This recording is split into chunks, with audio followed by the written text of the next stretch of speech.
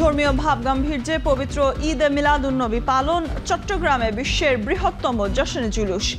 রাজধানী সহ সারা দেশে বর্ণাঢ্য আয়োজনে লাখো মুসল্লির ঢল।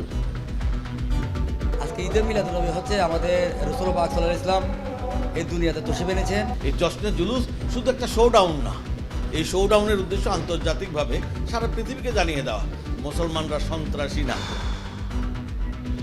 পাকিস্তান, মিশর, ইরাক সহ মুসলিম বিশ্বের নানা আয়োজন।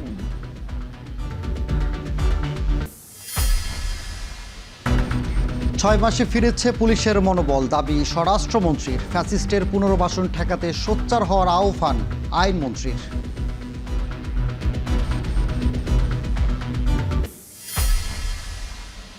বিএনপির প্রতিষ্ঠা বার্ষিকীতে 5 দিনের কর্মসূচি। শরীয়তপুরে সাংবাদিক মারধরের ঘটনায় সাংগঠনিক ব্যবস্থা নেওয়া হবে বললেন রিজভী।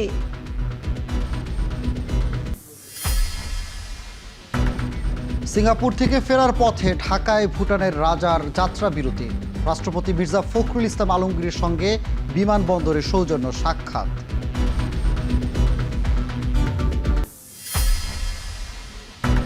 চার মাস পেরিয়ে গেলেও মোংলা থেকে নিখোঁজ তরুণ মিরাজের সন্ধান মেলেনি। জেলেদের থেকে লুটের টাকা লেনদেন ও ডাকাত চক্রের সাথে যোগাযোগ ঘিরে রহস্য।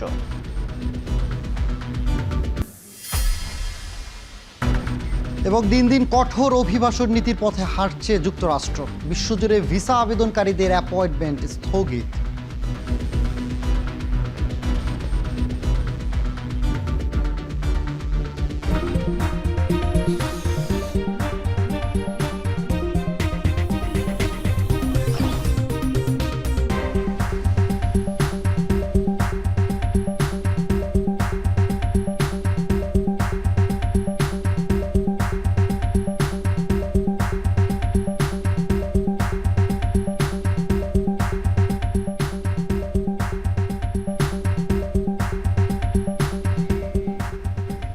স্বাগত। এখন দুপুরে শুনছিলেন শিরোনাম, পুরো আয়োজন জুড়ে আছি আমি সুলতানা স্বর্ণা, আমি সানিম রিথা।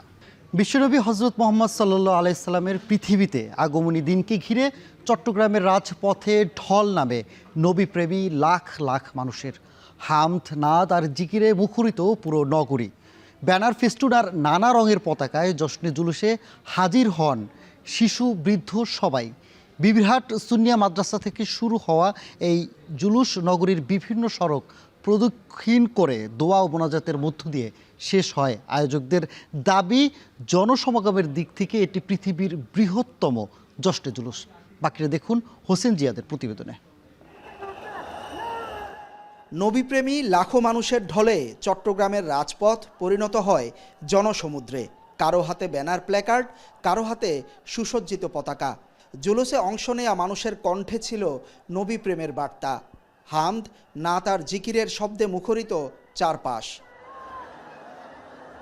বিশ্বনবী হজরত মুহাম্মদ সাল্লাল্লাহু আলাইহি ওয়াসাল্লামের পৃথিবীতে আগমনের দিনকে ঘিরে চট্টগ্রামে অনুষ্ঠিত হলো 55তম জশ্নে জুলুস। শিশু থেকে বৃদ্ধ লাখ লাখ মানুষ অংশ নেন এবারের জুলুসে। যার নেতৃত্ব দেন আল্লামা সাবের শাহ। বিবিরহাট সুন্নিয়া মাদ্রাসা থেকে শুরু হওয়া জুলুস মুরাদপুর, ষোলশহর, জিসি, লালখান বাজার ও টাইগার পাস হয়ে আবারও শেষ হয় মাদ্রাসায় এসে। এর মধ্যে সবচেয়ে বড় জুলুসটাই আমরা এখানে উদযাপন করছি চট্টগ্রামের মধ্যে। তো আমরা সবাই একসাথে মিলিত হই, সবাই নবীর দরুদ পড়ি, নবীর গানে নাত পড়ি। আমাদের দেশে এখন যে হানাহানি, মারামারি, সবাই তার মঙ্গল কামনার জন্য এই বিশেষ প্রার্থনা করবে। সারা বিশ্বে ইসলামের শান্তি ছড়িয়ে পড়ুক এবং আমরা চাই বিশ্ব ভ্রাতৃত্ব আবার পুনরায় গঠন হোক। পুরা বিশ্বে যুদ্ধ, যে হানাহানি, মারামারি, এটা ইসলামের এই শান্তির বার্তা পৌঁছানোর মধ্য দিয়ে যেন যুদ্ধটা বন্ধ হয়। নবীপ্রেমী এ কাফেলা ছুটেছে নগরীর দীর্ঘ পথ। পথ জুড়েও ছিল নানা আয়োজন। কোথাও শরবত, কোথাও খেজুর, চকলেট ও ফল বিতরণ করে অংশগ্রহণকারীদের আপ্যায়ন করা হয়। শুধু ধর্মীয় আনুষ্ঠানিকতা নয়, জুলুস ঘিরে নগর জুড়ে তৈরি হয় শান্তি আর সম্প্রীতির এক ভিন্ন আবহ। জুলুস শুধু একটা শোডাউন না, এই শোডাউনের উদ্দেশ্য আন্তর্জাতিকভাবে সারা পৃথিবীকে জানিয়ে দেওয়া মুসলমানরা সন্ত্রাসী না। মুসলমানদের ঐতিহ্য হচ্ছে শান্তি প্রতিষ্ঠার এবং তার বড় বড় দলিল, মেঘনা কাটা যাকে বলা হয়, এগুলো রয়ে গেছে। এবং মুসলমানরা চাইলে এখনও ঘুরে দাঁড়ালে সারা পৃথিবীতে শান্তি আরও বেশি প্রতিষ্ঠিত হবে। তারা চট্টগ্রামে চতুর্দিক থেকে আসবে, দক্ষিণ জেলা থেকে আসবে, উত্তর জেলা থেকে আসবে, কুমিল্লা থেকে আসবে, নোয়াখালী, ফেনী, এইসব জায়গার থেকে আসবে এবং সারা বাংলাদেশে বারের ওয়াল গছগুড়ির ভাইয়েরা সেখানে জুলুস আজকে করতেছে। আয়োজকরা জানান জনসমাগমের দিক থেকে এটি পৃথিবীর বৃহত্তম জশ্নে জুলুস, যেখানে চট্টগ্রাম ও আশেপাশের জেলা থেকে অংশ নেন প্রায় 50 লাখ মানুষ। দুনিয়াতে আসার কারণে আজকে যে সিভিলাইজেশন, সেই সিভিলাইজেশনের সবচেয়ে বড় আমরা দেখতে পাচ্ছি যেখানে কতটা আম চলছে, যেখানে সাধারণ মানুষকে হত্যা করা হচ্ছে, সেই জায়গায় রাসূল পাক সাল্লাল্লাহু আলাইহি ওয়াসাল্লাম পুরা ইনসানিয়তকে ডেভেলপ করেছেন এবং রাসূল পাক সাল্লাল্লাহু আলাইহি ওয়াসাল্লাম যা চেয়েছেন সেটা হচ্ছে সমস্ত মানুষকে সত্যিকার অর্থে আশরাফুল মাখলুকাত, সৃষ্টির সেরা মানুষ হিসেবে, সৃষ্টির সেরা জীব হিসেবে রাসূল পাক সাল্লাল্লাহু আলাইহি ওয়াসাল্লাম মানুষকে উন্নত করেছেন।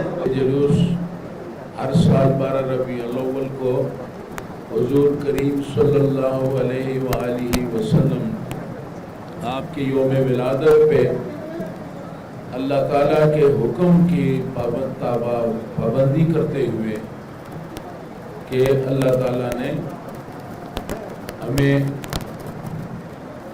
हुजूर करीम सल्लल्लाहु अलैहि वसल्लम से कहा कि आप इनको कह दें, अपने उम्मतियों को, अपने फॉलोअर्स को कह दें कि हुजूर करीम सल्लल्लाहु अलैहि वसल्लम तक आप दुनिया में तशरीफ़ लाए।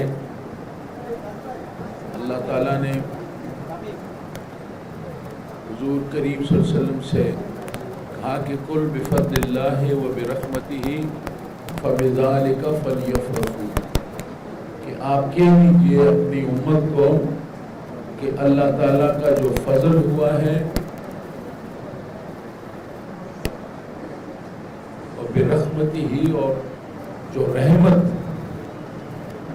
अल्लाह ताला की फजल और रहमत जो है वो आई है, इस पे आप फबिज़ालिका फलयफ़रहू, इसके लिए तुम खुशी मनाओ। हुवा खैरुम मिम्मा यजमऊन, ये बेहतर है कि आप जो जमा करते हैं, घरों में पैसा जमा करते हैं, उससे इस पर खर्च करना जो है इसमें खैर है। পরে বিশ্ব মুসলিম উম্মার শান্তি, সমৃদ্ধি ও কল্যাণ কামনায় দোয়া ও মোনাজাতের মধ্য দিয়ে শেষ হয় জশ্নে জুলুসের আনুষ্ঠানিকতা। জশ্নে জুলুসের এই আয়োজন নিছক কোনো আনুষ্ঠানিকতা কিংবা সাধারণ কোনো পদযাত্রা নয়।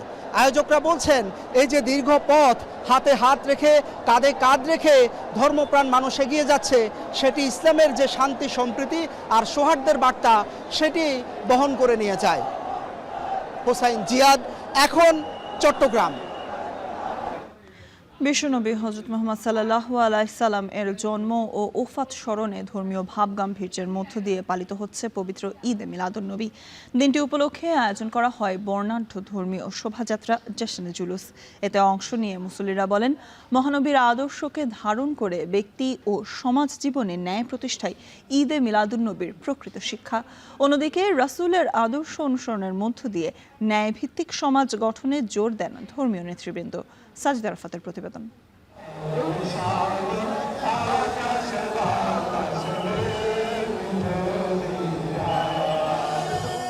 মুসল্লিদের কণ্ঠে তাকবীর, দরুদ শরীফ ও জিকির, কেউ গাইছেন হামদ নাত।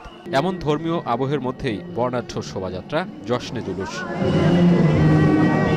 পবিত্র ঈদে মিলাদুন্নবীর এই আয়োজনে শামিল হাজারো নবীপ্রেমী মুসল্লি, যাদের কাছে প্রিয় নবীর জন্ম এবং ওফাতের পুণ্য স্মৃতিময় দিনটির তাৎপর্য অনন্য। একই সাথে মহানবীর অনুসৃত জীবন, আদর্শ ও শিক্ষাকে স্মরণ করারও মুহূর্ত। যদি দিন না থাকতো আর এই নবী সৃষ্টি না হইতো, তাহলে এই পৃথিবী তৈরি হইতো না। ওনার মোহাব্বত, হুব্বে রসুল, হুব্বুল্লাহ, এটা যদি আমাদের অন্তরে প্রতিষ্ঠিত করতে পারি, তাহলে প্রত্যেকের অন্তর থেকে হিংস্রতা হাইওয়ানিয়ত দূর হয়ে যাবে। জশ্নে জুলুসে অংশ নেন বিভিন্ন বয়সী মুসল্লি। ব্যক্তি ও সমাজ জীবনে ন্যায় ও সততা প্রতিষ্ঠা করাই ঈদে মিলাদুন্নবীর প্রকৃত শিক্ষা। আজকে আমরা এই উদযাপনে আসি, আমরা এখানে জিকির করছি, আমরা এখানে তেলাওয়াত করছি, আমরা এখানে লা ইলাহা ইল্লাল্লাহ মুহাম্মাদুর রাসূলুল্লাহ পড়ছি, and with this we are announcing peace. দিনটি উপলক্ষে বিভিন্ন ধর্মীয় সংগঠনের উদ্যোগে আলোচনা সভা, দোয়া মাহফিল ও কোরআন তেলাওয়াতের আয়োজন করা হয়।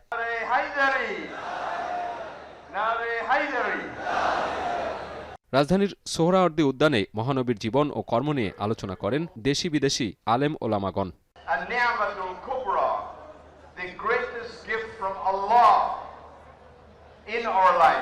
আলোচনায় উঠে আসে মহানবী সাল্লাল্লাহু আলাইহি সাল্লামের ন্যায় বিচার, মানবতা, সহমর্মিতা সহ মক্কা মদিনার জীবনের আলোচিত নানা দিক। রাসূলের আদর্শ অনুসরণের মধ্য দিয়ে ন্যায়ভিত্তিক ও মানবিক সমাজ গড়ে তোলার পাশাপাশি শান্তি ও সম্প্রীতির বার্তা ছড়িয়ে দিতে জোর দেন ধর্মীয় নেতৃবৃন্দ। মহানবী হযরত মুহাম্মদ সাল্লাল্লাহু আলাইহি সাল্লামের রেখে যাওয়া আদর্শ শুধুমাত্র ধর্মীয় অনুশাসনের মধ্যে সীমাবদ্ধ নয়, বরং আজকের এই পবিত্র ঈদে মিলাদুন্নবীর জশ্নে জুলুসে অংশ নেওয়া মুসল্লিরা বলছেন মহানবীর দেখানো পথেই মানব মুক্তি আর সম্প্রীতির বন্ধন দৃঢ় হবার একমাত্র পাথেয়। সাজিদ আরাফাত, এখন, ঢাকা। এদিকে দেশের বিভিন্ন স্থানে পবিত্র ঈদে মিলাদুন্নবীর আয়োজনে চলছে সে খবর জানাতে রাজধানীর ফকিরাপুল থেকে যুক্ত হচ্ছেন সহকর্মী রাজু আহমেদ, এছাড়া সিলেট থেকে যুক্ত হচ্ছেন সহকর্মী সন্দীপন। শুভ, আমরা শুরুতেই রাজধানীর ফকিরাপুলে রাজু আহমেদের কাছে যেতে চাই। রাজু, জানাবেন যে ফকিরাপুলে কাদের আয়োজনে জশ্নে জুলুস হচ্ছে, আর এই জশ্নে জুলুসে অংশগ্রহণকারী মুসল্লিরা কি বলছেন? রাখতে চাই যে এই ফকিরাপুল কুতুববাগ দরবার শরীফের আয়োজনে এই ঈদে মিলাদুন্নবীর আয়োজন করা হয়েছে, অর্থাৎ হযরত মুহাম্মদ সাল্লাল্লাহু আলাইহি ওয়াসাল্লামের জন্মদিন উপলক্ষে যে আয়োজন, সেই আয়োজনে আনুষ্ঠানিকতা সকাল থেকে রাজধানীতে হচ্ছে এবং এই মুহূর্তে আমি ফকিরাপুলে রয়েছে। এখানে কুতুববাগ দরবার শরীফের আয়োজনে এই আনুষ্ঠানিকতা শুরু হয়েছে ভোর থেকে এখানে বিভিন্নভাবেই দরুদ শরীফ, নাতে রাসূল সহ বিভিন্ন আনুষ্ঠানিকতা হয়েছে। এখানে ওয়াজ মাহফিল হয়েছে এবং তারপর নামাজ অনুষ্ঠিত হয়েছে, জোহরের নামাজ, এবং এই নামাজের পরে মূলত এই কুতুববাগ দরবার শরীফের আয়োজনে ঈদে মিলাদুন্নবীর যে শোভাযাত্রা, সেই শোভাযাত্রার আনুষ্ঠানিকতা মূলত শুরু হয়েছে। কিছুক্ষণের মধ্যেই এখান থেকে একটি শোভাযাত্রা বের হবে, অর্থাৎ জশ্নে জুলুসের যে আয়োজন, যে আনুষ্ঠানিকতা, যেটিকে ঘিরে ঈদে মিলাদুন্নবীর আনুষ্ঠানিকতাকে মূল প্রাধান্য দেওয়া হয়, সেই জশ্নে জুলুস শুরু হবে। সেই উপলক্ষে কিন্তু এখানে সকল প্রস্তুতি গ্রহণ করা হয়েছে। আমরা এখানে মুসল্লিদের সঙ্গে কথা বলেছি, তারা যেমনটি বলছেন যে বিশ্বনবীর জীবনাদর্শ এবং সুন্নাহ এবং আখলাক, উত্তম চরিত্র দৈনন্দিন জীবনে যাতে বাস্তবায়ন করা যায়, সেই লক্ষ্যে মূলত এবারে ঈদে মিলাদুন্নবী তারা আয়োজন করেছেন। একই সঙ্গে বিশ্বজুড়ে মুসলিম উম্মার মধ্যকার ভেদাভেদ ভুলে পারস্পরিক ঐক্য, সংহতি এবং শান্তি বজায় রাখার আহ্বানও কিন্তু এবারের ঈদে মিলাদুন্নবীর এই আয়োজন থেকে মূলত তারা দেওয়ার চেষ্টা করেছেন। একই সঙ্গে বিশ্বে যেভাবে আসলে মুসলমানদের উপর জুলুম, অন্যায় অবিচার হচ্ছে, সেই অন্যায় অবিচারের প্রতিবাদও কিন্তু এখান থেকে জানানো হয়েছে। আর সার্বিকভাবে যদি বলতে চাই সানি, যে এইবারের ঈদে মিলাদুন্নবীর আয়োজন থেকে একই সঙ্গে যেমন বিশ্বজুড়ে মুসলিমের ঐক্যের কথা বলা হয়েছে, সেই সঙ্গে সারা বিশ্বে নির্যাতিত মুসলমানদের পাশে দাঁড়ানোর জন্য সকল বিশ্বকে কিন্তু আহ্বান জানানো হয়েছে। বিশেষ করে ইরান, ফিলিস্তিনের জনগণের উপর যেভাবে নির্যাতন করা হচ্ছে, সেই নির্যাতনের প্রতিবাদ কিন্তু এখান থেকে জানানো হয়েছে। অর্থাৎ এবারে মিলাদুন্নবীতে একদিকে যেমন নবী রাসূলের জীবনাদর্শের মধ্য দিয়ে জীবন অতিবাহিত করার আহ্বান জানানো হয়েছে, সেই সঙ্গে কিন্তু বিশ্বের মুসলিম উম্মার ঐক্য কামনা করা হয়েছে। সানিয়ে আমরা এবার একটু যেতে চাই সিলেটে রয়েছেন সহকর্মী শুভ, সেখানেও ঈদে মিলাদুন্নবীর আয়োজন হচ্ছে। জানতে চাই শুভ, সেখানকার পরিস্থিতি কি, সেখানকার শোভাযাত্রা কি শুরু হয়েছে কিনা, আর শুরু না হলে কখন নাগাদ শুরু হতে পারে? রাজু, আপনাকে ধন্যবাদ। আপনি যেমনটি জানাচ্ছিলেন, আসলে সিলেটেও সেই একই অবস্থা, কারণ রহমত, ভালোবাসা আর শান্তির বার্তা নিয়ে 1456 বছর আগে হযরত মুহাম্মদ সাল্লাল্লাহু আলাইহি সাল্লাম কিন্তু আবির্ভাব হয়েছে এবং এই দিনকে সামনে রেখে এখানকার যে ধর্মপ্রাণ মুসলমানরা রয়েছেন, তারা কিন্তু যথাযথ ধর্মীয় ভাবগাম্ভীর্য বজায় রেখে কিন্তু এই মুহূর্তে মুবারক র্যালি অনুষ্ঠিত হচ্ছে এবং বাংলাদেশ আঞ্জুমানে তালামিজা আঞ্জুমান, তারা কিন্তু আজকে আজকে এই র্যালিটি তারা পালন করছেন। এবং আমরা দেখতে পাচ্ছি যে সেই বাংলাদেশ আঞ্জুমানে তালামি যে ইসলামিয়া যেটি রয়েছে সেই ঐতিহ্যবাহী সংগঠনের পক্ষ থেকে কিন্তু সিলেটে জোহরের নামাজের পরপর থেকে কিন্তু সুবহানীঘাট মাদ্রাসা, সেই মাদ্রাসা থেকে কিন্তু র্যালিটি শুরু হয়। এবং আমরা দেখতে পাচ্ছি এই মুহূর্তে হাজার হাজার কিন্তু ছাত্র জনতা এবং ধর্মপ্রাণ মুসল্লিরা কিন্তু তারা একত্র হয়েছেন এবং তারা কিন্তু নারায়ে তাকবীর, আল্লাহু আকবার এবং এই যে ধ্বনি, সেই ধ্বনি কিন্তু তারা করছেন এবং তারা কিন্তু একত্রিত হয়েছেন। এবং আমরা যেমনটি দেখেছি যে এই যে র্যালিটি মোবারক র্যালি, সেই র্যালিটি কিন্তু সিলেটের সুবহানীঘাট থেকে শুরু হয়, বন্দরবাজার হয়ে জিন্দাবাজার হয়ে সিলেটের প্রধান সড়ক প্রদক্ষিণ করে কিন্তু আবার সেই মাদ্রাসা প্রাঙ্গণে এসে উপস্থিত হবে। এবং এটি কিন্তু ঐতিহ্য হয়ে দাঁড়িয়েছে সিলেটে। এবং আমরা দেখছি যে মহানবী হযরত মুহাম্মদ সাল্লাল্লাহু আলাইহি সাল্লামের শানে রচিত অনেক কালজয়ী বিভিন্ন কবিতা এবং শ্লোক সম্বলিত ফেস্টুন প্ল্যাকার্ড শোভা পেয়েছে আজকের এই র্যালিটিতে। এবং আমরা যেটি দেখেছি যে এই 12 রবিউল আওয়ালকে সামনে রেখে যথাযথভাবে কিন্তু আজকের এই দিনটি উদযাপনের জন্য সবাই তারা নিবেদিতভাবে একত্রিত হয়েছেন। এবং সবার কণ্ঠে আমরা যেমনটি শুনেছি, তারা যেমনটি বলছিলেন আমাদেরকে যে শান্তির বার্তা যেন সারা পৃথিবীতে মুসলমানদের উপর যে অত্যাচার নির্যাতন সেগুলো যেন বন্ধ হয় এবং তারা যেন শান্তির বার্তা যেন চারিদিকে ছড়িয়ে পড়ে। এবং মহানবী হযরত মুহাম্মদ সাল্লাল্লাহু আলাইহি সাল্লাম যে বার্তা দিয়েছিলেন সেই সম্প্রীতির বার্তা এবং সেই বার্তা যেন সবার মধ্যে বিরাজমান হয়, তাছাড়া সেটাই কিন্তু আজকে এখান থেকে তারা বলছেন। এবং তারা বলছেন যেন সুন্দরভাবে শান্তিপূর্ণভাবে যেন প্রতিটি ধর্মীয় উৎসব পালন করা যায়, এটি তাদের কিন্তু আজকের দাবি। তো এই ছিল আমার কাছে সিলেট থেকে হযরত মুহাম্মদ সাল্লাল্লাহু আলাইহি সাল্লাম ঈদে মিলাদুন্নবীর সর্বশেষ খবর। পবিত্র ঈদে মিলাদুন্নবী উপলক্ষে সারা দেশে চলছে নানা আয়োজন, সে খবরই জানাচ্ছিলেন সহকর্মীরা। বিশ্বের বিভিন্ন দেশে ধর্মীয় আচার ভাবগাম্ভীর্যের মধ্য দিয়ে পালিত হচ্ছে পবিত্র ঈদে মিলাদুন্নবী। পাকিস্তান, মিশর, ইরাক সহ মুসলিম বিশ্ব স্মরণ করছে মহানবী হজরত মুহাম্মদ সাল্লাল্লাহু আলাইহি সাল্লামের স্মৃতিময় দিনটি। ইসলামিক জ্ঞান বিজ্ঞানের কেন্দ্রবিন্দু ইরাকে ভিন্ন আমেজে পালিত হলো ঈদে মিলাদুন্নবীর আনুষ্ঠানিকতা। বাগদাদের মসজিদে মসজিদে খতমে কুরআন, নাত, ইসলামী প্লাকার্ড সহ র্যালির আয়োজন করা হয়। ইয়েমেনের রাজধানী সানায় বিশাল সমাবেশে জড়ো হন লাখো মুসল্লি। বর্ণিল আলো ও আতশবাজিতে ফুটে ওঠে সানা শহর। সোমালিয়া আয়োজন করা হয় বিশাল সমাবেশের। পরে উট কোরবানির মাধ্যমে যথাযোগ্য ধর্মীয় ভাবগাম্ভীর্যের মাধ্যমে পালিত হয় ঈদে মিলাদুন্নবী।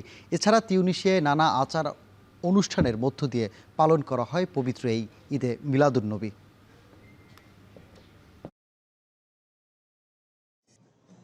গত 6 মাসে পুলিশের মনোবল ফিরে এসেছে বলে দাবি করেছেন স্বরাষ্ট্রমন্ত্রী সালাউদ্দিন আহমদ।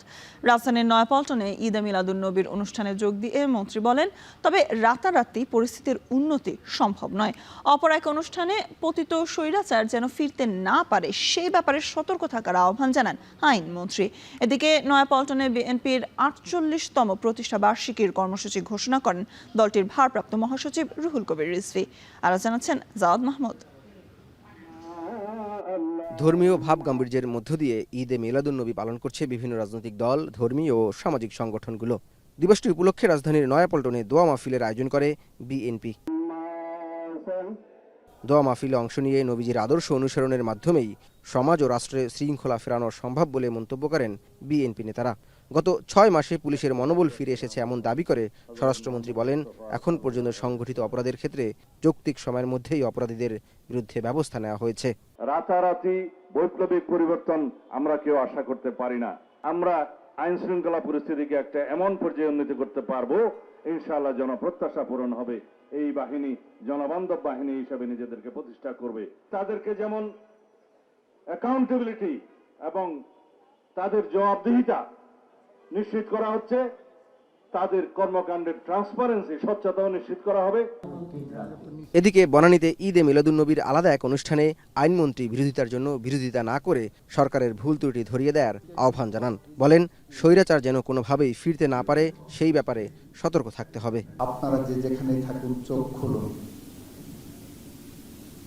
আমরা যদি অপরাধ করে আমাদের চোখে আঙুল দিয়ে দেখিয়ে দেন, দি ইনস্টিটিউট অফ হযরত মুহাম্মদ সাল্লাল্লাহু আলাইহি সাল্লামের মতো প্রত্যেকের জায়গা থেকে, কোনো না কোনো জায়গা, আমার বিবেকের জায়গা থেকে, বিবেক বোধ থেকে দায়িত্ব পালন করি। সেই দায়িত্ব পালন করতে যে অনেকের ভুল হবে, ভুল সংশোধন করে আমরা একটার পর একটা কাজ করি, এই দেশকে গড়ে তুলে দেয়। এদিকে আগামী 1 সেপ্টেম্বর বিএনপির প্রতিষ্ঠাবার্ষিকী উদযাপন উপলক্ষে দলের যৌথ সভা শেষে ভারপ্রাপ্ত মহাসচিব রুহুল কবির রিজভী 5 দিনের কর্মসূচি ঘোষণা করেন। নির্বাচনের আগের তার যে অঙ্গীকার, তার প্রদত্ত ওয়াদা তিনি এখন বাস্তবায়ন করছেন নানাভাবে, তা এই সরকারের নানা কর্মসূচির মধ্যে দিয়ে। আশা করি আগামী 1 সেপ্টেম্বর 48তম প্রতিষ্ঠা বার্ষিকী সাফল্যমণ্ডিত হবে এবং আমাদের নেতাকর্মী এবং অঙ্গ সংগঠনের নেতাকর্মীরা তারা সবাই মিলে এই যে কর্মসূচিগুলি গ্রহণ করা হয়েছে সেই কর্মসূচিগুলি বাস্তবায়নে সহায়তা করবেন। আমরা 5 দিন ব্যাপী কর্মসূচি নিয়েছি প্রতিষ্ঠা বার্ষিকী উপলক্ষে। সারা দেশে বিএনপি শক্তিশালী সংগঠনে পরিণত হয়েছে দাবি করে রুহুল কবির রিজভী বলেন, বিএনপি কখনো জনগণের সাথে প্রতারণা করেনি, বরং কল্যাণের জন্য সংগ্রাম ও ত্যাগ স্বীকার করেছে। যেভাবেই কথা বলুক না কেন, সমালোচনা করুক না কেন, আমাদের প্রধানমন্ত্রীর কাজের যে সততা। জাওদ মাহমুদ, এখন, ঢাকা। ভুটানের রাজা জিগমে খেসার নামগে ওয়াংচুক ঢাকায় যাত্রা বিরতিকালে রাষ্ট্রপতি মির্জা ফখরুল ইসলাম আলমগীরের সঙ্গে বিমানবন্দরে সৌজন্য সাক্ষাৎ করেছেন। ভোরে ভুটানের রাজাকে বহনকারী বিমান সিঙ্গাপুরে যাওয়ার পথে ভুটানে যাওয়ার পথে হযরত শাহজালাল আন্তর্জাতিক বিমানবন্দরে যাত্রা বিরতি করে। সাক্ষাতে দুই দেশের স্বার্থ সংশ্লিষ্ট বিভিন্ন বিষয়ে সৌহার্দ্যপূর্ণ আলোচনা হয়। এ সময় রাষ্ট্রপতি ভুটানের রাজা ও রাজ পরিবারের সদস্যদের সুবিধাজনক সময়ে বাংলাদেশের রাষ্ট্রীয় সফরের আমন্ত্রণ জানান। এ সময় ভুটানের রাজা রাষ্ট্রপতি হিসেবে দায়িত্ব গ্রহণের জন্য মির্জা ফখরুল ইসলাম আলমগীরকে অভিনন্দন জানান। আলাপকালে রাষ্ট্রপতি বলেন, বাংলাদেশ ও ভুটানের মধ্যে গভীর ঐতিহাসিক সম্পর্ক রয়েছে। 1971 সালের 6 ডিসেম্বর বাংলাদেশকে স্বীকৃতি দেয়া বিশ্বের প্রথম দেশ ভুটান।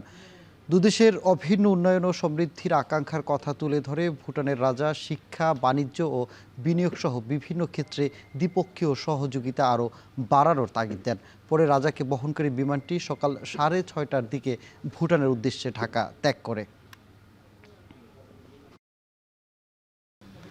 গত 10 এপ্রিল মোংলার প্রত্যন্ত এলাকা জয়মণি ঘোল থেকে নিখোঁজ হন স্থানীয় বাসিন্দা মিরাজ শেখ। দিন গড়িয়ে মাস পেরুলেও মেলেনি তার খোঁজ, কিন্তু এই নিখোঁজের ঘটনাকে ঘিরে তৈরি হয়েছে রহস্য। পরিবারের দাবি, আইন শৃঙ্খলা বাহিনী তাকে তুলে নিয়ে গেছে, কিন্তু অনুসন্ধানে সামনে আসে চাঞ্চল্যকর সব তথ্য। প্রত্যক্ষদর্শীদের বক্তব্যে অসঙ্গতি, নিখোঁজের রাতের রহস্যময় ফোন কল, 6 লাখ টাকার আর্থিক লেনদেন এবং ডাকাত চক্রের সঙ্গে যোগাযোগের চাঞ্চল্যকর তথ্য। মিরাজ কি সত্যি গুম হয়েছেন, নাকি এই নিখোঁজের নেপথ্যে রয়েছে অন্য কোনো গভীর অপরাধের সমীকরণ? অনুমানের পর্দা সরিয়ে প্রমাণের আলো ফেলতে আবু বকর মুনের ছবিতে শাহরিয়ার জামান দ্বীপের বিশেষ অনুসন্ধান।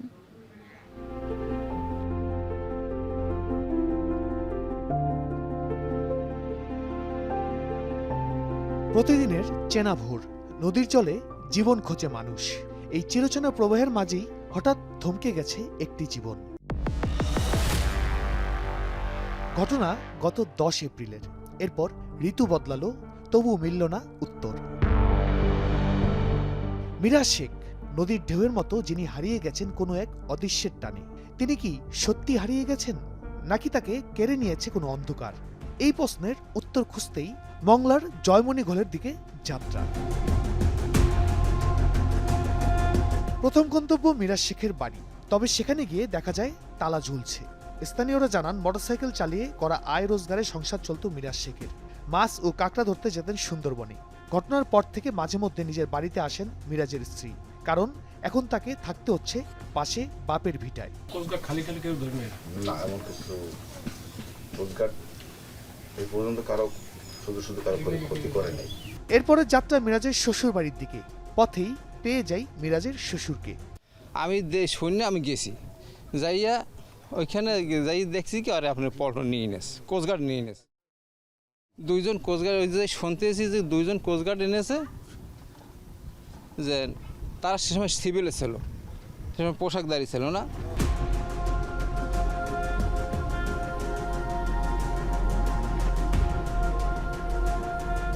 মিরাজকে কোস্টগার্ড ধরে নিয়ে গেছে, এমন দাবির পক্ষে বড় ভিত্তি ছিল প্রত্যক্ষদর্শীদের বক্তব্য। তবে ঘটনাস্থলে গিয়ে মিরাজের পরিবারের দাবির সত্যতা মেলেনি। 8-10 দিন পর তারা আমার দ্বারা গেছে, যাই আমার দোকানে বই আমি এই যে ভিডিওটা আনেছে আমার, আমার আগে থাকতেই বলে নিয়েছে যে এইভাবে তুমি বলবা, তোমার এক বলা যদি আমার বলাটা আমরা পাই না, আমি তো হিসেব করেছি সরল মনে যে এই কথাটা যদি বলি আবার চিন্তা আমি তাদের এই মতন না বলি, তাই তো আমার পরবর্তীতে দহনদারি না করতে দিল বা হিন্দি আমার সরাই দিল। এই একটা আমি নিজে হুমকি মানে নিজে ভাববে মিথ্যে বক্তব্যটা আমি ওই সময় তার কাছে দিয়েছি, সাক্ষী রেখে করতে পারে যে আমি কোস্টগার্ড মিরাজে নিয়ে গেছি, এটা আমি দেখিনি। ওর 7-8 দিন পরে আমাকে মিরাজের স্ত্রী, মিরাজের মা আর ওর বোন যাই বলতেছে যে আপনি বোর্ডে নিয়ে গেছেন, মানে পল্টন উঠে যে এটা বললে হবে না। আমি কিছু সারা এটা আমি দেখিও না, আমি বলতে পারবো না। ওরা এই জিনিসটা ইস্যু করিয়া একটা ভিডিও তৈরি করছে, ভিডিও তৈরি করিয়া এটা মোবাইলে ছেড়ে দিয়েছে। মিরাজের বোন লিজা আটকের সময় উপস্থিত থাকার দাবি করলেও প্রযুক্তি বলছে ঘটনার সময় তিনি যশোরে অবস্থান করছিলেন। তখন বলছিলাম আর 500 টাকা দিয়েছিল, বলছিল যে 500 টাকা নে তুই এই অবস্থায় এইটা বলবি, এতে কোনো সমস্যা হবে না। মিরাজের বোন বলছে আর মিরাজের বউ মিরাজের মায় আর কইছে সাংবাদিক হবে আনে, তুমি ফোন রেকর্ড আছে, তুমি যদি না কও আমার কথা মতো তাই কিন্তু তোমারে মার্ডার কেস দিম, তোমারে গুম কেস দিম।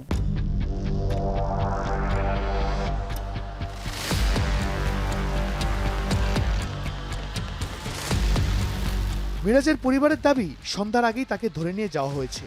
তবে তথ্য প্রযুক্তি বলছে মিরাজ নিখোঁজ হওয়ার দিন সন্ধ্যা 7:11 একটি ফোন কল এসেছিল। কে সেই ব্যক্তি? সূত্র ধরে সামনে আসে সুন্দরবনের এক সময়ের আলোচিত নাম ডাকাত ছোট সুমন। টাকা পয়সা কালেকশন করাইতাম, বাজারঘাট দিয়ে যেত, অস্ত্রগুলো এগুলো মনে করেন ওর কাছে দিয়ে যাইতো, ওইগুলো পুষে দিয়ে যেত আমার এইখানে সুন্দরবনে। সাগরের জাইলে আনছিলাম, ওই টাইমে ওই জাইলেরা হচ্ছে 6 লাখ টাকা দিয়েছিল। সেই টাকা নিখোঁজের 5-6 দিন আগে দিয়েছিল, টাকাটা ছিল বাজার থেকে। দিনকারও আমার ওইখানে রাত্রে যাওয়ার কথা, তার আগের দিনও বলছে যে আমি আজকে আসতেছি, ওইভাবে আমার 3 দিন আর কি আসতেছি বলছে। সুমনের কথার সূত্র ধরে যেতে চাই সেই ব্যক্তির কাছে যে মিরাজকে টাকা দিয়েছিল। স্থানীয় সেই ব্যক্তি বিষয়টি স্বীকার করে জানান, জেলেদের কাছ থেকে ডাকাতির টাকা মিরাজের হাতে তুলে দেওয়া হয়েছিল, যেটি ডাকাত সুমনের কাছে পৌঁছানোর কথা ছিল। রাত 9টার সময় মিরাজরে পাঠানোর পর আমি 6 লাখ টাকা 6টা বান্ডিল গুনে ওই জেলেরা নিজেরা ওই মিরাজের হাতে উঠে দেয়। স্থানীয় ইউপি সদস্য জানান, মিরাজের বাবা একসময় ডাকাতি করতেন, গ্রেফতারও হয়েছিলেন। বাবার পথ ধরে তারও ডাকাত দলের সাথে যোগাযোগ ছিল। আমি যতটুকু শুনছি সে ইয়াবা খাইতো। আগে তো ওই ওর বাবা যখন ডাকাতি করতো ও তো অনেক লুকাই ছিল, ও তো ওর বাবার সোর্স ছিল তখন শুনছি, ওকে তখন একবার মানে অ্যারেস্টও করছিল সম্ভবত। সাবেক মেয়র ও স্থানীয় বিএনপি নেতা জানান, নিজেদের স্বার্থ হাসিলের জন্য মিরাজের পরিবারকে ব্যবহার করছে একটি মহল। যে সরকার আসছে এরপরের থেকে তো এই ধরনের ঘটনা হওয়ার কথাও না, আর হয়ও না। আইন শৃঙ্খলা বাহিনী বলছে, এই ঘটনায় মিরাজের মা নিখোঁজ হওয়ার 13 দিন পর মংলা থানায় সাধারণ ডায়েরি করেন। বর্তমানে সেটির তদন্ত চলছে। তদন্তের টেকনিক আছে, তা অ্যাপ্লাই করে আমরা মিরাজের অনুসন্ধান করছি, কিন্তু বলার মতো এখন পর্যন্ত তদন্তের কোনো অগ্রগতি নেই। মিরাজের 2টো সিম ব্যবহার করতো, সেই 2টা সিমের আমরা যেই অ্যানালাইসিস করে দেখেছি সেটা তার বাড়ির আশেপাশে থাকা অবস্থায় যে বন্ধ হয়েছে, অন্তর্বর্তী বন্ধ। সংশ্লিষ্ট ইউনিটের অপারেশনাল রেকর্ড, টহল কার্যক্রম, দায়িত্বপ্রাপ্ত সদস্যদের উপস্থিতি এবং অন্যান্য সংশ্লিষ্ট তথ্যাদি বিস্তারিতভাবে যাচাই করা হয়। অনুসন্ধানে কোস্টগার্ড কর্তৃক মিরাজ শেখকে আটক, জিজ্ঞাসাবাদ বা হেফাজতে নেওয়ার কোনো তথ্য বা প্রমাণ পাওয়া যায়নি। বিশেষজ্ঞরা বলছেন, বর্তমানে সরকার যেখানে গুমের ঘটনায় জড়িতদের বিচার করছে, সেখানে কোনো বাহিনী নতুন করে গুমের ঘটনা ঘটানোর সাহস পাবে না। কেউ কোনো কিছু ক্লেম করলেই সেটাকে আমরা সত্য হিসেবে ধরে নিয়ে আগানো উচিত বলে আমি মনে করি না। মিরাজ শেখের নিখোঁজ হওয়া এখন কেবল একটি নিছক হারিয়ে যাওয়ার গল্প নয়, এটি একটি গোলকধাঁধা, যেখানে অভিযোগের মেঘে ঢাকা পড়েছে প্রমাণের আকাশ। শাহরিয়ার জামান দ্বীপ, এখন সুন্দরবন। এদিকে রংপুর জেলা স্কুলের প্রাক্তন শিক্ষক গণপতি চক্রবর্তী সহ পরিবারের 4 সদস্য হত্যার দ্রুত, সুষ্ঠু ও তদন্ত এবং দোষীদের দৃষ্টান্তমূলক শাস্তির দাবিতে মানববন্ধন করেছে সুশাসনের জন্য নাগরিক সুজনের রংপুর জেলা ও মহানগর কমিটি। একই দাবিতে কমিউনিস্ট পার্টি সহ বিভিন্ন সংগঠনও পৃথক ব্যানারে মানববন্ধন করে।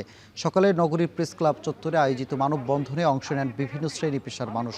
বক্তারা বলেন, পুলিশের প্রেস ব্রিফিং এবং আসামিদের আদালতে নেওয়া জবানবন্দিতে অসঙ্গতি থাকায় হত্যাকাণ্ডের তদন্ত নিয়ে ধোঁয়াশা তৈরি হয়েছে। মাত্র 2 জনের পক্ষে পরিবারের 4 সদস্যকে হত্যার ঘটনা ঘটানো সম্ভব কিনা এ নিয়েও প্রশ্ন তোলেন আন্দোলনকারীরা। তারা বলেন, হত্যাকাণ্ডের সঙ্গে আর কেউ জড়িত আছে কিনা তা খুঁজে বের করতে হবে। একই সঙ্গে নিরপেক্ষ ও সুষ্ঠু তদন্তের মাধ্যমে প্রকৃত রহস্য উদ্ঘাটন এবং জড়িতদের দৃষ্টান্তমূলক শাস্তি নিশ্চিত করার দাবি জানান তারা।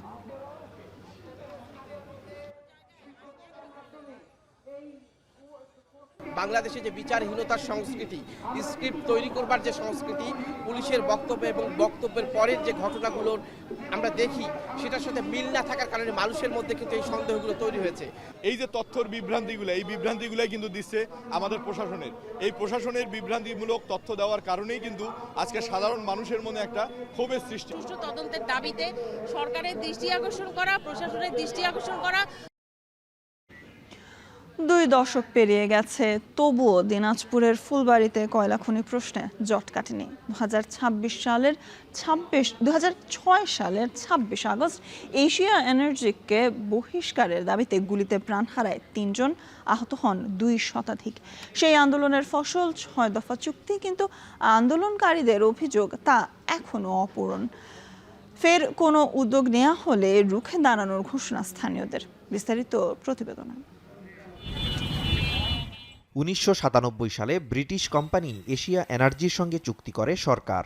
লক্ষ্য দিনাজপুরের ফুলবাড়িতে উন্মুক্ত পদ্ধতিতে কয়লা উত্তোলন। কিন্তু স্থানীয়দের শঙ্কা, এতে বাস্তুচ্যুত হবেন হাজারো মানুষ, বিপর্যস্ত হবে কৃষি ও ভূগর্ভস্থ পানির স্তর। এই আশঙ্কা থেকেই 2006 সালের 26 আগস্ট তেল গ্যাস খনিজ সম্পদ রক্ষা কমিটির হয়ে অধ্যাপক আনু মুহাম্মদের নেতৃত্বে মিছিল এগোয় ফুলবাড়িতে এশিয়া এনার্জির কার্যালয়ের দিকে। ছোট যমুনা সেতুতে আইনশৃঙ্খলা বাহিনীর সঙ্গে সংঘর্ষে গুলিতে ঝরে 3টি প্রাণ, অচল হয়ে পড়ে গোটা ফুলবাড়ি। ফুলবাড়ির মানুষ এখনো ঐক্যবদ্ধ, জেগে আছে। ফুলবাড়িকে নিয়ে যদি কোনো ষড়যন্ত্র করা হয়, ফুলবাড়ির মানুষ ঐক্যবদ্ধভাবে সেটা প্রতিহত করবে এবং জীবন দিয়ে ফুলবাড়িকে রক্ষা করবে। চাপের মুখে 2 মন্ত্রী এসে প্রকল্প বাতিলের প্রতিশ্রুতি দিয়ে চুক্তি করেন আন্দোলনকারীদের সঙ্গে, কিন্তু সেই প্রতিশ্রুতি আজও পুরোপুরি রাখা হয়নি বলে অভিযোগ তেল গ্যাস খনিজ সম্পদ রক্ষা কমিটির। আমরা এই অঞ্চলের মানুষ রক্ত দিয়েছি, জীবন দিয়েছি, আমাদের জীব বৈচিত্র্য, আমাদের বসতভিটা, আমাদের বাড়ি ঘর, আমাদের সম্পদ, আমাদের সুপ্রিয় পানি রক্ষার্থে।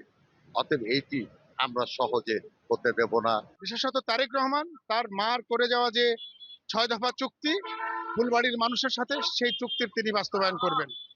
যদি তারা বাস্তবায়ন না করেন, আমরা আবারও রাজপথে নামব। 6 দফা চুক্তির বাস্তবায়নে সরকারের অবস্থান নিয়ে সন্দিহান স্থানীয়রা। ফুলবাড়ির মানুষের বার্তা, মাটি রক্ষায় তারা প্রস্তুত, প্রয়োজনে নামবেন রাজপথে। এখন দিনাজপুর। সেপ্টেম্বরের প্রথম সপ্তাহ থেকে লোডশেডিং কমে আসবে। বেলা 11টায় হাকিমপুর উপজেলায় বোয়ালদার ইউনিয়নের বিএনপির মত বিনিময় সভায় কথা বলেন সমাজ কল্যাণ মন্ত্রী ডাক্তার এজেড.এম জাহিদ হোসেন। এ সময় তিনি অভিযোগ করেন, দেশে বিদ্যুৎ কেন্দ্র স্থাপনের নামে বিদেশে টাকা পাচার করেছে বিগত সরকার। কাগজে কলমে 29,000 মেগাওয়াট বিদ্যুৎ উৎপাদন দেখালেও বাস্তবে চিত্র ভিন্ন। জানান, প্রধানমন্ত্রীর নির্দেশে মন্ত্রীদের অফিসে 1 ঘন্টা করে লোডশেডিং দেওয়া হচ্ছে। মন্ত্রী আরও জানান, দেশে সারের সংকট নেই, কৃষকের কথা চিন্তা করে সার উৎপাদনে ভর্তুকি দিচ্ছে সরকার।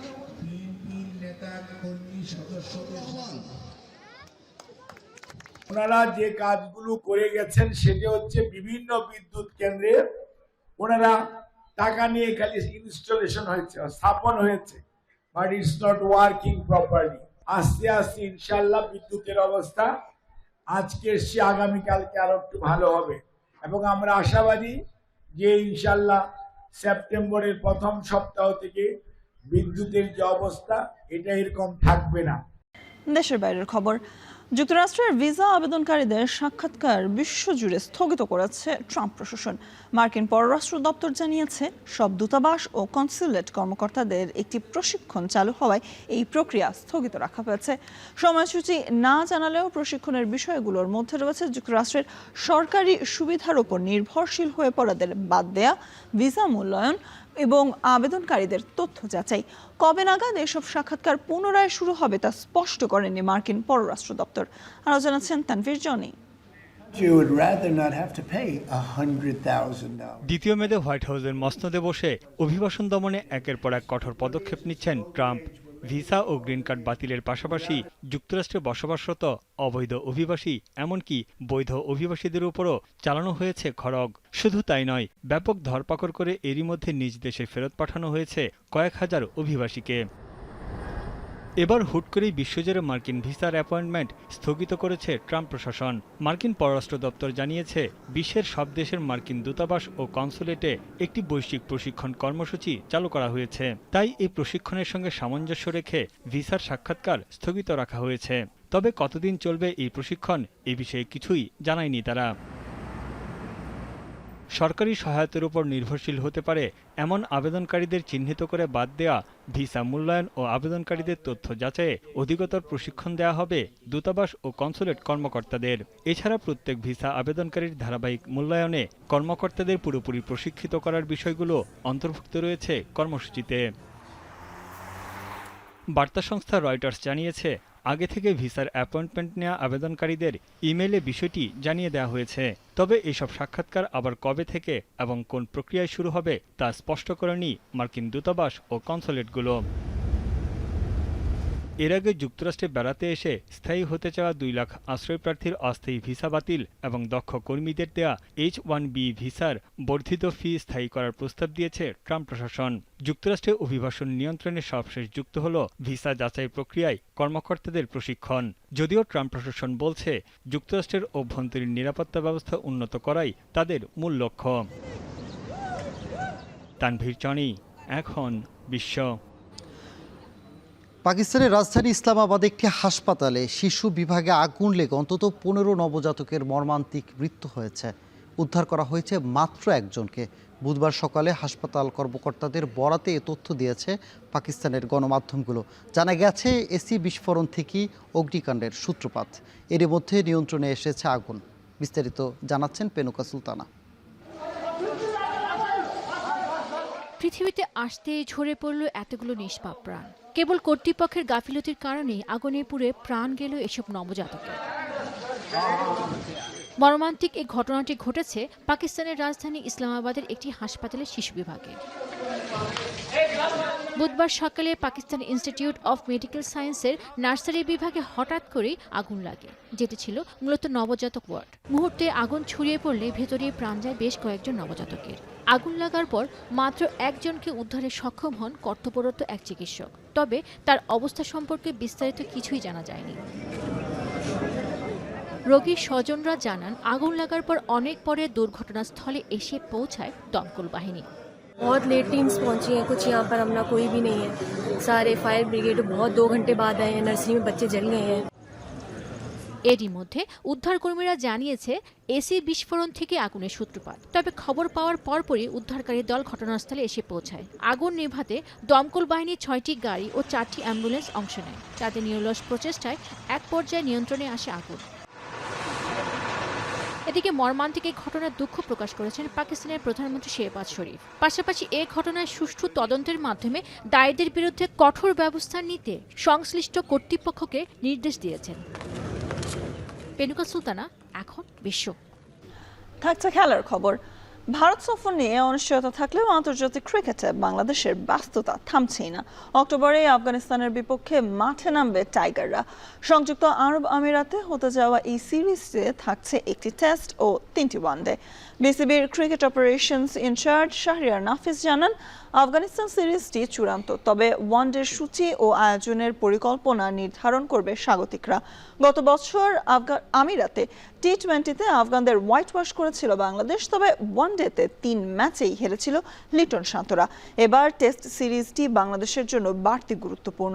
আফগানিস্তান সিরিজের পর ওয়েস্ট ইন্ডিজের বিপক্ষে টেস্ট খেলবে বাংলাদেশ। এরপর দক্ষিণ আফ্রিকা সফরে 2টি টেস্ট, 3টি ওয়ানডে ও 3টি টি-20 খেলার কথা রয়েছে। অন্যদিকে ভারত বাংলাদেশের সফর নিয়ে এখনও কাটেনি অনিশ্চয়তা।